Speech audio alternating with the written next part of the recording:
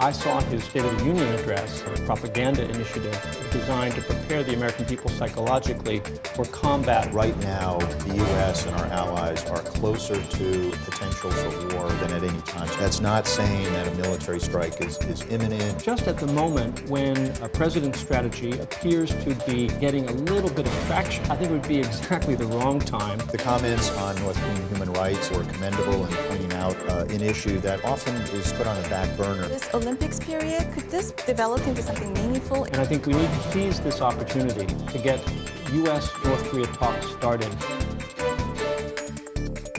From the Voice of America, this is Washington Talk.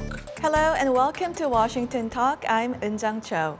President Donald Trump delivered his first State of the Union address this week, and North Korea was at the center of his foreign policy concerns. President Trump called North Korea a depraved and cruel dictatorship and promised to exert maximum pressure to prevent Pyongyang from threatening the U.S. with nuclear weapons. North Korea's reckless pursuit of nuclear missiles could very soon threaten our homeland.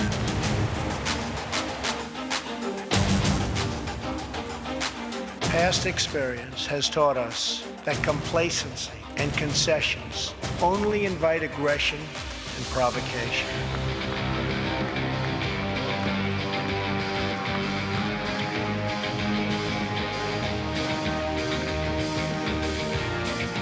No regime has oppressed its own citizens more totally or brutally than the cruel dictatorship in North Korea. Now my guest today, Mr. Frank Jannuzi, president of the Mansfield Foundation. He was a former advisor to the Senate Foreign Relations Committee.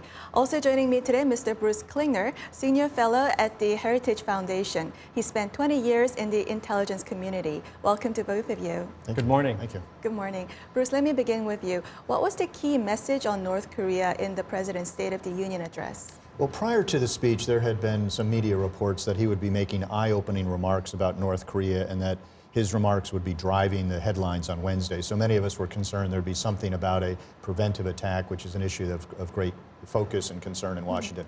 But instead it was, I thought fairly straightforward. The comments on North Korean human rights I thought were commendable in pointing out an issue that often is put on the back burner as we all focus on the nuclear and missile threat. In many ways, I thought it was reminiscent of his speech before the National Assembly in South Korea during his trip. The comments about Otto Warmbier and having his parents there were really gut-wrenching. Whether it was remarks justifying a future attack or not, I might think that's reading a little too much into the tea leaves, but it didn't provide any policy ideas of, when he mentioned maximum pressure, he didn't mention end engagement, which is the other half of the policy. Was it simply a call to improve North Korean human rights, do you think? I think it perhaps had a number of different objectives, and some we may not be quite sure what they were.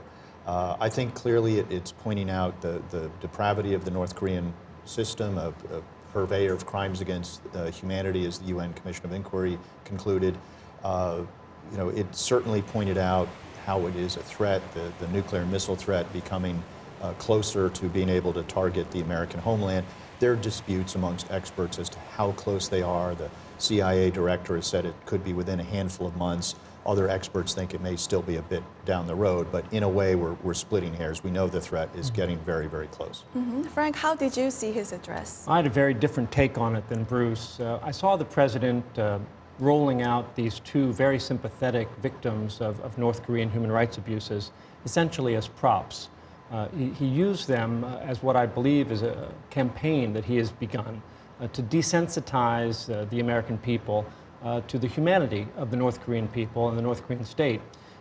This is, I think, a dangerous step by the president to essentially begin a demonization of North Korea to prepare the nation psychologically for the very real possibility of a military attack on North Korea. If the president really cared about the human rights of the North Korean people, he would appoint an ambassador for human rights in North Korea, a position that he has left vacant. If he really cared deeply about the human rights situation in the North Koreans, he might open our borders to North Korean refugees, something that he has done the opposite of. We've seen a huge drop-off from an average of 20 a year North Korean refugees coming to the United States under Obama to just 2 in the United States last year under President Trump. So while I don't doubt for a second that the president has some empathy for the suffering of the North Korean people, I saw his State of the Union address as the opening salvo of a propaganda initiative designed to prepare the American people psychologically for combat with a demonic, cruel, despotic dictatorship. These are words that leaders use when they're trying to prepare the nation psychologically for war. Mm-hmm. Bruce, what are your thoughts on Frank's comments? Well, I may not agree on the interpretation of the speech, but I think sort of the underlying issues certainly are there. Human rights in North Korea are awful, really unmatched in the world, and as the Commission of Inquiry concluded, really unseen on the globe since the end of the Nazi regime. And too often the human rights situation is subsumed by the military threat, either to ourselves or to our allies. And the president, I think, has been criticized for not raising human rights sufficiently. So I think it was good to bring out the character of the North Korean regime. Obviously, I would have liked the entire speech to be about North Korea, explaining precisely what the policy is, but he has a lot of ground to cover. Certainly the growing nuclear and missile threat to the United States is of great concern. It's driving some to advocate for a preventive attack, even if we don't feel an imminent threat from North Korea in the sense of indications of missiles on a launch stand. And that's the issue that we really need to be concerned about. A lot of Korea watchers in Washington have been increasingly concerned, even nervous, in the last several months about what we feel are suggestions or indications that this administration is considering that as an option. Mm-hmm. Speaking about military attacks and preventive strikes on North Korea, last weekend the administration withdrew the consideration of Mr. Victor Cha as the U.S. ambassador to South Korea, and news media reports say that Mr. Cha expressed concerns over a limited strike on North Korea. What is telling about this decision, Bruce? Well, we don't know the reasons for the derailment of Mr. Cha's nomination, but again, I think the important issue is on preventive attack.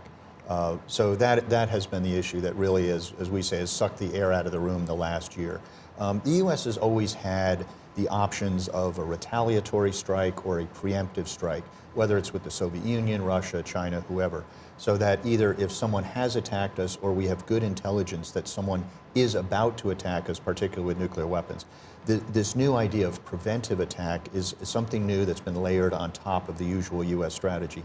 And it would be a case where we would do a military attack of whatever size in order to prevent North Korea from completing an ICBM development.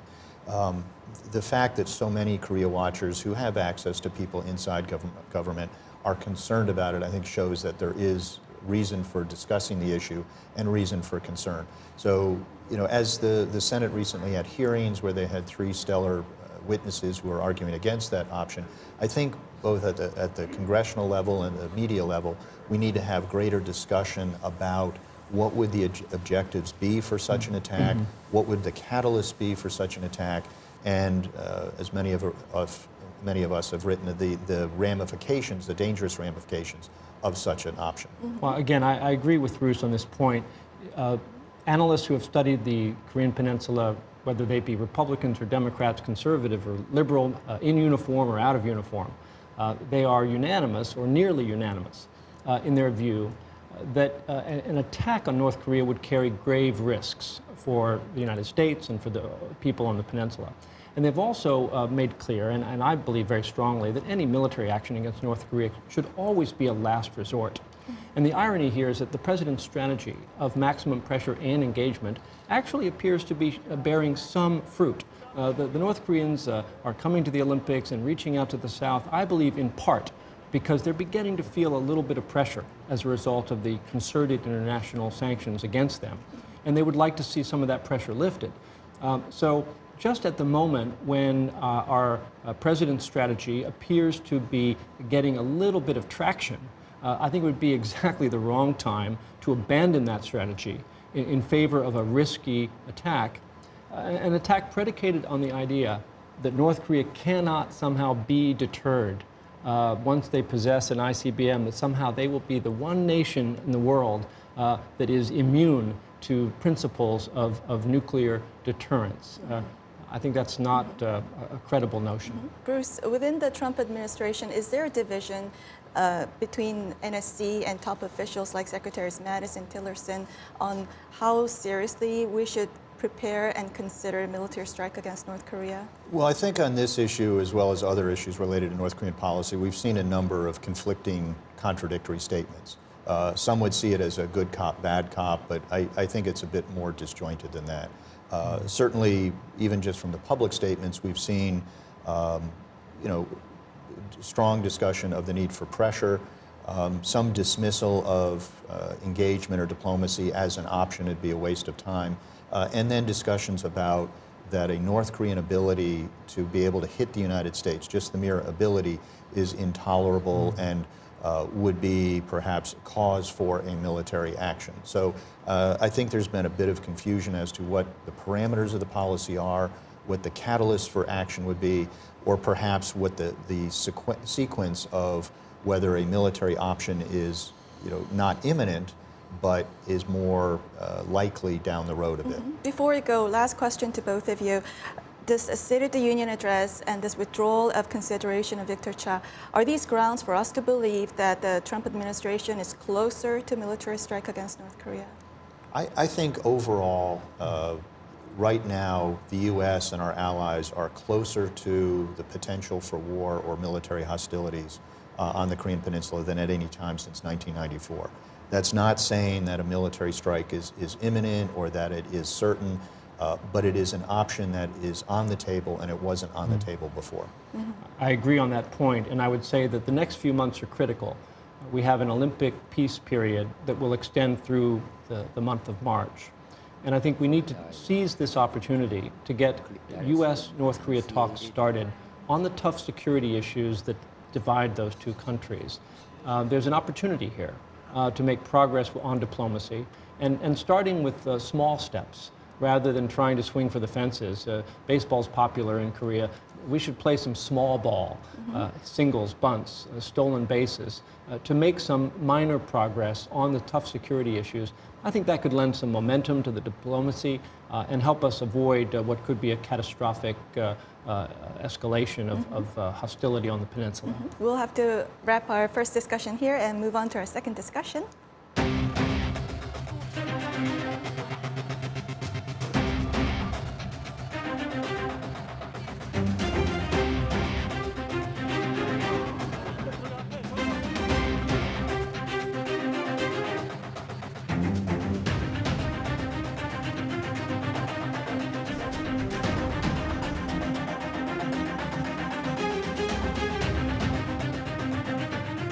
This is an opportunity for engagement and a peaceful engagement around the Olympic Games, and I think we just need to make the best of it.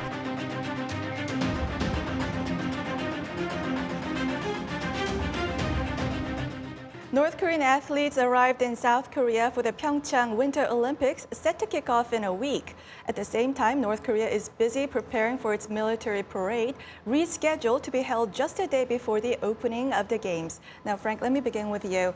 North Korea moved the date from April to just before the Pyeongchang Olympics. What is the message here? Well, the February date and the April dates are both important dates in the history of the Korean People's Army. I think North Koreans love parades. I think North Korean leaders love military parades, as well as seeing the tractors go by, too. The message I take away from this is one of North Korean pride, but also one, a little bit, if I may, of North Korean insecurity. South Korea is about to host the world at a peaceful celebration of athletic competition, and all eyes are going to be on South Korea. And the South Korean people are going to get to display their modern, successful democracy to that world. So I think this parade is sort of like a consolation prize for the North Korean people. Kim Jong-un wants to rally his own people and say, look, we have something to be proud of too. In a way, it's a little bit sad because compared to the Parade of Nations at the Olympics, a parade of missiles in Pyongyang is going to look rather puny. Bruce, there have been concerns that Pyongyang may be aiming to drive a wedge between Seoul and Washington during the Olympics. Do you think that has been the case so far? Well, I think certainly that's their objective. It's been their objective for 70 years, but the U.S. and South Korea can work to prevent a wedge from occurring. And talking with U.S. and South Korean officials, they're sort of like, yeah, we know that's what they're trying, and it's not going to happen. So with the parade, I think the conjunction of the parade on the 8th and the opening of the Olympics on the 9th, in a way, are a way for North Korea to display both halves of its Byungjin policy. On February 8th, if, as we expect, that they will parade ICBMs and other significant missiles, then it would be a way of, we are a nuclear nation, have no doubt about that. We are displaying that. You must accept us as a nuclear nation. That is not negotiable. And yet on the next day, it's, we can be warm and cuddly by walking in under a unification flag into the opening ceremony. We are willing to do this. This is the second half, but make no doubt about the first half. And then I think one of the results of it could be, or what Pyongyang would want, is if, as the world watches South Korea accepting North Korea, very positive images there, that then others might say, well, why are we pressuring North Korea if South Korea, who lives next door and within even greater threat than the U.S., if they can accept them, why would other nations have pressure? Why would other nations impose sanctions? Why are the Americans trying to be more Korean than the South Koreans? So I think that might be one of the objectives of this charm offensive. But as we've seen before with North Korea, their charm offensives tend to be more offensive than charming. Frank, there's been exchanges. Athletes have been crossing the border. North Korean celebrity came to the South and stirred the country. So who has been which has been the successful for South Korea or North Korea? Well, look, I think that any time you have North-South improvement of relations and dialogue and exchanges, it's good for the Korean people, North and South. So I think what we're seeing with the North-South is that it's got to work to the advantage of the South in a way, which is that they have an opportunity to show the North Korean people and the North Korean athletes the warm hospitality of the South Korean people and to show the spirit of friendship to the people in the North. I think that works to the advantage of the South, but I think for the North Koreans, they get to play on the world stage, a stage that is often denied them because of international sanctions. So I think that the leadership there probably gets something too. Bruce, just briefly, this Olympics period, could this develop into something meaningful in reducing the North Korean threat? We can always be hopeful, but perhaps since I've worked on North Korea for some time, I'm a bit cynical. We've seen the Sydney Olympics, the October 2014 Asian Games that were in Seoul, kind of any number of other either sporting or cultural events that didn't pan out. South Korea has assured the U.S. that the military exercises, the annual ones, are only postponed, not canceled. So I think the two nations will have those military exercises. I assume North Korea will again use those as an excuse for doing nuclear or missile tests, which they were going to do anyway. We'll have to end this conversation here and move on to our next segment. Now time for the photo moment, a time to look at an interesting North Korea picture. The photo today is a new North Korean propaganda poster released this week. Bright and colorful posters with government slogans are found across the country. This particular one says, "Let's all accomplish the goals set by the leader's New Year's address." Now, Frank, what is your reaction to this photo?